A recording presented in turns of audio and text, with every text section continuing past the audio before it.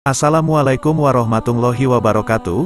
Pada kesempatan kali ini, Islam Fisabilillah akan membahas kisah iblis yang tak bisa diseret oleh ribuan malaikat.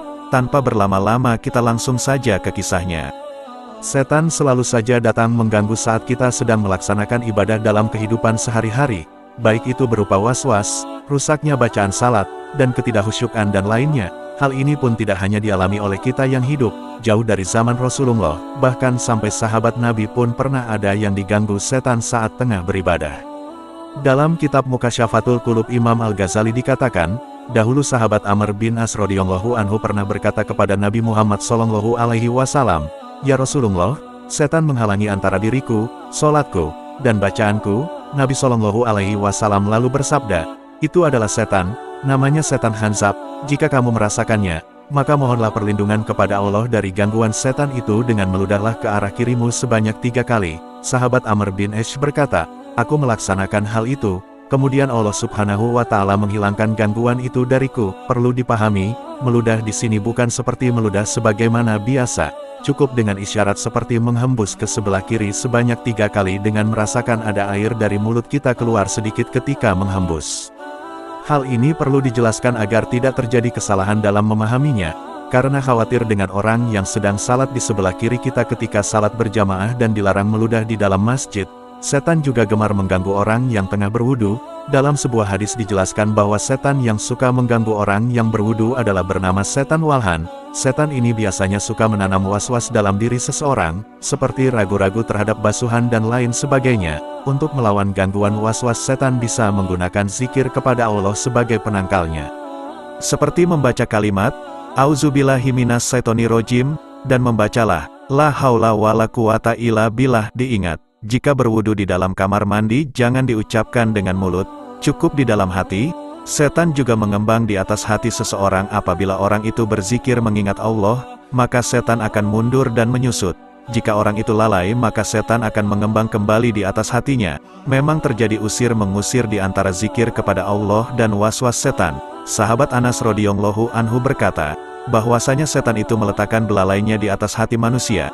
Jika manusia itu berzikir kepada Allah Subhanahu wa Ta'ala, maka setan akan mundur. Jikalau manusia itu lupa berzikir kepada Allah Subhanahu wa Ta'ala, maka setan akan menelan hati orang itu. Ibnu Wadah berkata, apabila seorang laki-laki mencapai umur 40 tahun dan tidak bertaubat, maka setan mengusap mukanya dengan tangannya dan berkata, "Demi ayahku, wajahnya adalah wajah orang yang tidak beruntung." Nauzubillah min zalik. Pengaruh setan juga mengalir dalam darah anak cucu Nabi Adam alaihi salam dan meliputi hatinya dari beberapa sisi. Rasulullah Shallallahu alaihi wasallam bersabda, "Setan mengalir pada anak cucu Adam di aliran darah, maka sempitkanlah tempat mengalirnya dengan lapar, sebab lapar itu memecahkan syahwat, sedangkan tempat mengalirnya setan adalah syahwat." Rasulullah Shallallahu alaihi wasallam bersabda, "Setan duduk di jalan-jalan anak cucu Adam. Setan duduk di jalan Islam dan berkata, 'Apakah kau memeluk Islam dan meninggalkan agamamu dan agama kakek-kakekmu?' Lalu anak cucu Adam mendurhakai setan dan memeluk agama Islam. Kemudian setan duduk di jalan hijrah dan berkata, 'Apakah kamu berhijrah dan meninggalkan bumi dan langitmu?' Lalu anak cucu Adam mendurhakai setan dan pergi berhijrah. Kemudian setan duduk di jalan jihad dan berkata, 'Apa kau ingin berjihad? Padahal jihad adalah kerusakan jiwa dan harta, engkau akan terbunuh, istrimu dinikahi orang lain, dan hartamu dibagi-bagikan.' Lalu anak cucu Nabi Adam mendurhakai setan dan memilih berangkat berjihad. Rasulullah Shallallahu alaihi wasallam bersabda, barang siapa yang melakukan semua itu lalu meninggal dunia, maka hak Allah Subhanahu wa Ta'ala adalah memasukkan orang itu ke dalam surga. Setan adalah pengikut sejati iblis pada hari kiamat kelak. Iblis dan para pengikutnya akan menerima laknat dan siksa yang amat pedih ketika itu. Kursi dari api didatangkan. Kemudian iblis laknatullah duduk di atas kursi itu. Sedangkan posisi para setan dan orang-orang kafir berkumpul di samping iblis. Iblis kemudian mengeluarkan suara layaknya bunyi keledai yang meringkik-ringkih. Iblis kemudian berkata, "Wahai penduduk neraka, bagaimana kalian menemukan janji Tuhan kalian hari ini?" Mereka menjawab, "Janji Allah itu benar." Iblis kemudian berkata, "Ini adalah hari di mana aku putus asa dari rahmat." Allah Subhanahu wa Ta'ala kemudian memerintahkan para malaikat untuk memukuli iblis dan pengikutnya menggunakan palu yang terbuat dari api. Azab yang diterima iblis dan pengikutnya tidak hanya itu, mereka lalu dilemparkan ke dalam kobaran api neraka, dan mereka tidak mendengarkan perintah untuk keluar dari neraka selama-lamanya. Nauzubillah min zalik. Dalam sebuah riwayat dikisahkan, kelak pada hari kiamat iblis didatangkan dan diperintahkan duduk di atas kursi berapi, lalu di atas leher iblis terdapat sebuah kalung laknat. Allah Subhanahu wa Ta'ala kemudian memerintahkan malaikat Zabaniyah untuk menyeret iblis dari kursi itu. Mereka berupaya keras untuk melakukannya, tapi sayangnya mereka malah tidak mampu menyeret iblis dari kursi itu. Kemudian Allah Subhanahu wa Ta'ala memerintahkan 80.000 malaikat untuk menyeret iblis, namun mereka tetap gagal. Kemudian Allah Subhanahu wa Ta'ala memerintahkan malaikat Israfil alaihi salam dan malaikat Israil alaihi salam, masing-masing dari mereka berdua ditemani 80.000 malaikat, namun tetap saja malaikat sebanyak itu tidak mampu memindahkan iblis.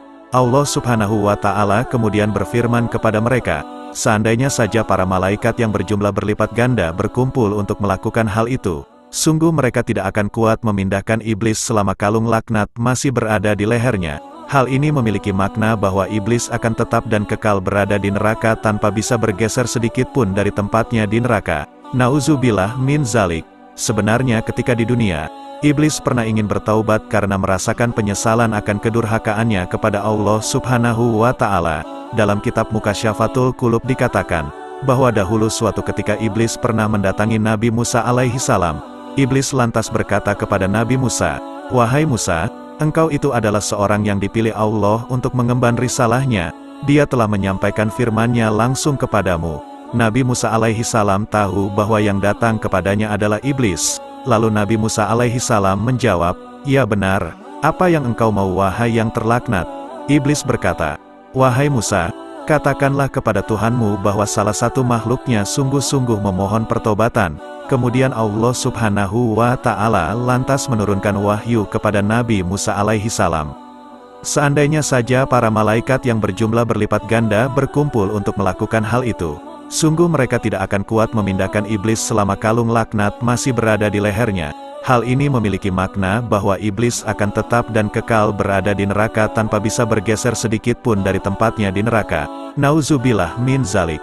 Sebenarnya ketika di dunia, iblis pernah ingin bertaubat karena merasakan penyesalan akan kedurhakaannya kepada Allah Subhanahu wa Ta'ala. Dalam kitab Mukasyafatul Qulub dikatakan, bahwa dahulu suatu ketika iblis pernah mendatangi Nabi Musa alaihi salam. Iblis lantas berkata kepada Nabi Musa, "Wahai Musa, engkau itu adalah seorang yang dipilih Allah untuk mengemban risalahnya. Dia telah menyampaikan firman-Nya langsung kepadamu." Nabi Musa alaihi salam tahu bahwa yang datang kepadanya adalah iblis. Lalu Nabi Musa alaihi salam menjawab, "Ya benar, apa yang engkau mau wahai yang terlaknat?" Iblis berkata, "Wahai Musa, katakanlah kepada Tuhanmu bahwa salah satu makhluknya sungguh-sungguh memohon pertobatan." Kemudian Allah Subhanahu wa Ta'ala lantas menurunkan wahyu kepada Nabi Musa alaihi salam. "Wahai Musa, katakanlah kepadanya, sungguh aku mengabulkan apa yang engkau mohonkan. Perintahkanlah iblis agar bersujud ke kuburan Nabi Adam.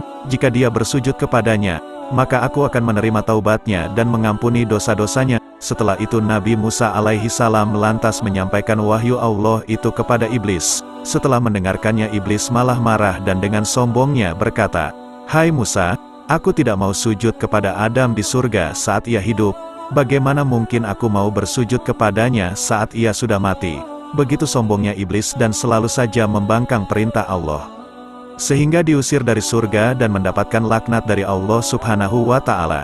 Jika iblis yang mau bersujud kepada Allah saja dilaknat karena kesombongannya, lantas bagaimana kesombongan umat manusia yang disuruh sujud kepada Allah malah tidak mau bersujud?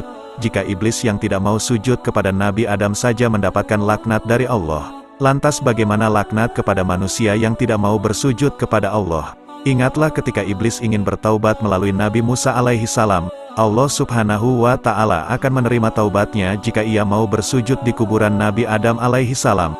Dalam arti iblis akan diterima taubatnya jika ia melakukan apa yang dahulu tidak mau dilakukannya. Maka kita yang masih tidak mau bersujud kepada Allah, maka bersujudlah kepada Allah agar Allah Subhanahu wa Ta'ala mengampuni kita dan menerima taubat kita. Wallahu a'lam bishawab. Alhamdulillah saudara seiman, semoga kisah ini dapat menambah ilmu dan menambah ketakwaan kita kepada Allah Subhanahu wa Ta'ala. Assalamualaikum warahmatullahi wabarakatuh.